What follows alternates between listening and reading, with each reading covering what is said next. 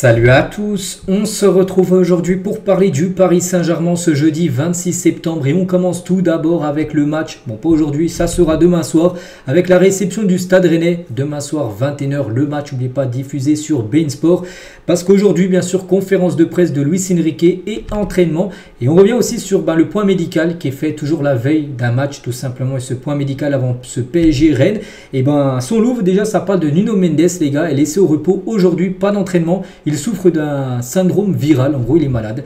Donc voilà, donc c'est-à-dire s'il n'est pas aujourd'hui à l'entraînement, ça sent le forfait de Nuno Mendes pour le match demain contre l'équipe de Rennes. Bon, je ne suis pas encore sûr à 100%, mais il y a des chances qu'il ne soit pas là. C'est vrai qu'il loupe quand même beaucoup de matchs, je ne sais pas ce que vous en pensez. Soit il est blessé, soit il est malade, c'est vrai qu'il loupe quasiment un match sur 3 à peu près, ça fait beaucoup. Donc on lui souhaite quand même un bon rétablissement.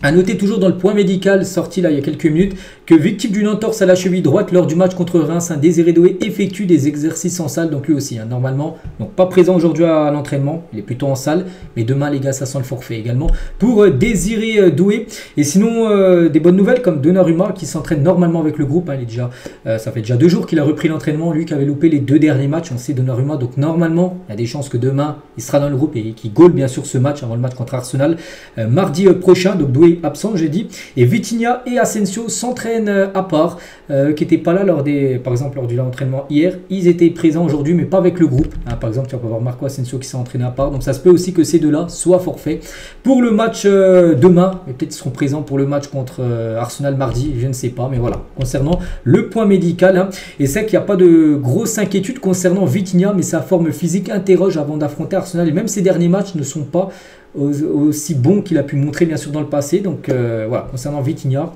déjà demain on ne sait même pas s'il sera présent non pour la rencontre.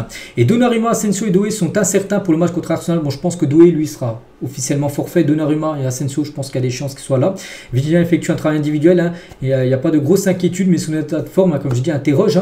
Et la question de la titularisation de Donnarumma aussi se pose. Il est peu probable de voir Asensio en Angleterre. Il ne va pas être dans le groupe. La présence d'Oué en Angleterre serait aussi une surprise. Il est difficile de l'imaginer disponible. Donc voilà ce qu'il y a à dire les gars sur les joueurs.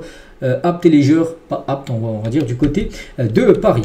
A noter les gars, c'est officiel, on connaît la date désolé, du classique français qui se jouera au Stade Vélodrome pour le match aller. Donc Marseille-PSG, ça se jouera le dimanche 27 octobre prochain à 20h45. Ça sera le match en prime time le dimanche soir. Donc du coup, regardez ce programme pour le mois d'octobre qui va être chargé. Donc au mois d'octobre, je vous parle parce que là, demain, voilà, c'est le match, bien le dernier match on va dire sur le mois de septembre, mais le 1er octobre déjà, déplacement bien sûr à Arsenal, ça sera mardi soir, le match sera diffusé sur Canal+. Ensuite le 6 octobre, ça sera sur DAZN à 20h45 ce Nice PSG. Ensuite il y aura la trêve du 7 au 15 octobre. Ensuite dès le retour de la trêve, il y aura un déplacement très compliqué à Strasbourg, un jour compliqué d'aller jouer là-bas dans leur stade. Ça sera 19 octobre, je ne sais pas exactement c'est quel jour, ce sera 20h45. Certainement un samedi, vu qu'il y a un match de Ligue des Champions quelques jours après. Le PSG recevra l'équipe du PSV le 22 octobre à 21h sur Canal+. Et le 27, ça sera un dimanche soir, comme j'ai dit, sur DAZN, ce Marseille-PSG. Donc voilà, ça sera toutes les rencontres. On peut voir aussi le diffuseur, des fois sur DAZN et des fois sur Canal. Par exemple, le match demain, n'oubliez pas les gars, sera sur beIN. C'est fou, il faut s'abonner à beIN, à Canal+, à DAZN pour suivre le PSG. Mais voilà, vous avez toutes les dates et horaires, voilà, des diffuseurs aussi des prochains matchs du Paris Saint-Germain. On continue, on va parler aussi de l'équipe féminine parce qu'aujourd'hui elle joue un match hyper important les filles, donc elle joue à 18h45 au campus PSG contre la Juventus Turin, c'est les barrages. Déjà le match à aller a été joué, elles ont perdu 3-1. Donc il n'y a pas le choix, il faut absolument gagner. Et si possible avec au moins 3 buts d'écart. S'il y a 3 buts d'écart c'est ok. S'il y a 2 buts d'avance pour les Parisiennes, donc ça ira en prolongation. Mais voilà, 3, il va falloir remonter ce score. Donc voilà, c'est à 18h45, on leur souhaite bien sûr bonne chance. Et on peut voir les compos, les compos probables. Et bon, je connais pas trop, je connais quelques joueuses, mais voilà, je suis très peu, je vous cache pas le football féminin, mais quand ça concerne le PSG, je vous dis bien sûr qu'il y a un match très important. Aujourd'hui, à noter aussi, on peut envoyer de la force aux Parisiennes du Paris FC qui se déplacent à Manchester.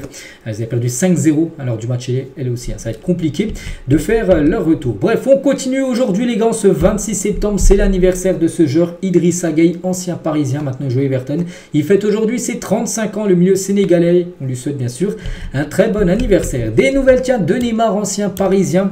On sait que le PSG l'a vendu il y a déjà 1 an et 2 mois à peu près. Et Neymar, les gars, Neymar qui a joué seulement 3 matchs, il a été vendu 90 millions d'euros du PSG PSG à Lille. On pense que le PSG a très bien fait de l'avoir vendu l'été 2023. Pourquoi? Parce qu'il a joué 3 matchs et depuis s'est blessé. Il y a une blessure en septembre 2023, donc là il y a un an. Et il ne sera pas de retour avant le mois de janvier. Donc imaginez, il serait resté au Paris Saint-Germain, vu qu'il lui reste encore quelques années de contrat. Imaginez, il a la même blessure, c'est-à-dire qu'il aurait loupé 1 an et demi de compétition du côté de Paris. Et le PSG aurait dû lui verser son énorme salaire chaque mois.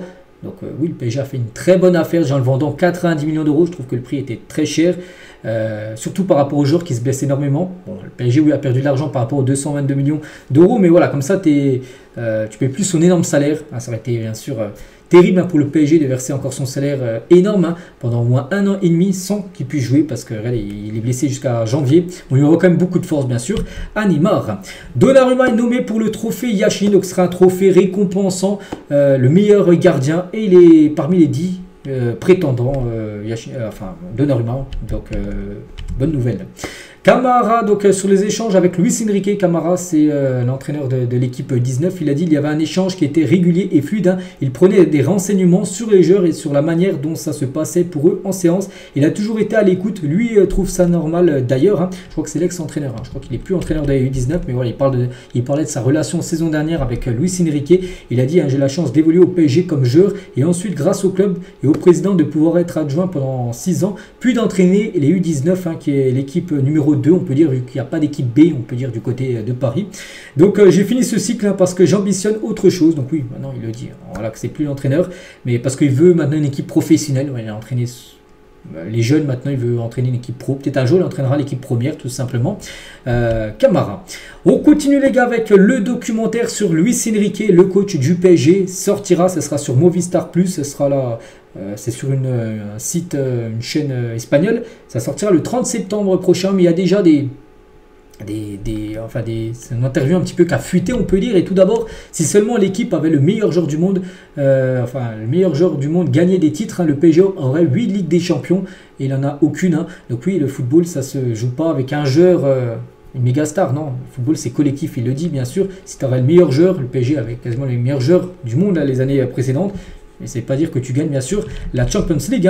Luis Enrique a affirmé aussi qu'il n'aurait pas entraîné le PSG de Messi, Neymar et Mbappé quand les trois étaient présents. C'était Galtier qui entraînait le PSG lors de ce moment-là. Il a dit si seulement l'équipe avec le meilleur joueur du monde a gagné de titre, bon c'est à peu près ce qu'il a dit tout à l'heure, mais voilà, il n'aurait pas pu en gros entraîner les trois, ça aurait été trop compliqué, ou il y aurait eu trop d'ego, je pense, avec un entraîneur comme Luis Enrique. Toujours avec Movistar, il a dit l'année dernière, il avait un défi avec Mbappé pour sortir sa meilleure version et remporter des titres. Nous l'avons fait. Nous avons maintenant modifié le modèle de jeu. Nous cherchons à maximiser la polyvalence de cette équipe. Parce qu'avant, bien sûr, il y avait Mbappé. Il misait beaucoup sur Mbappé, sur ce joueur pour remporter les trophées et marquer des buts du côté du PSG. Mais vu que maintenant, il n'est plus là, maintenant, vraiment, il veut que ça soit le collectif mis en avant du côté de l'équipe. Dans le cas de Kylian, j'ai trouvé un joueur merveilleux, une personne d'un niveau exceptionnel comme on en a rarement rencontré. Donc, un joueur merveilleux. Quel dommage qu'il soit allé à Madrid. On va pas revenir sur son transfert. J'ai dit, s'il y a ces joueurs, je viendrai. Mais en toute liberté, nous essaierons à l'avenir de ne pas payer des sommes exorbitantes aux joueurs qui n'ont pas ce prix-là. Ce n'est pas bon pour le footballeur ni pour la santé sportive. Simplement des fois de payer des joueurs qui ne coûtent pas... de payer trop cher en gros pour le joueur. Il ne veut pas bien sûr maintenant mettre des montants de fou sur certains joueurs. Il est important pour moi aussi de montrer la vie quotidienne et les détails de ma famille, de moi-même. Aider un joueur qui manque de confiance me permet de rester en vie et actif comme quand il y a des critiques. Donc voilà quelques déclarations de Luis Enrique. N'oubliez pas que ça sort dans 4 jours ce documentaire. Je pense qu'il y aura encore pas mal de choses à dire. Pas mal de déclarations on va dire de sa part. Donc voilà ce qu'il y a à dire aujourd'hui. J'espère que ça vous a plu. On se retrouve demain. Bien sûr, conférence de presse, ça c'était pas la conférence de presse de Luis Enrique, c'était juste sur Movistar parce que là cet après-midi il l'a fait. On reviendra tout ce qu'il dira avant le match bien sûr contre l'équipe de Rennes. Prévu demain soir, allez je vous laisse, je vous souhaite une bonne journée et à demain.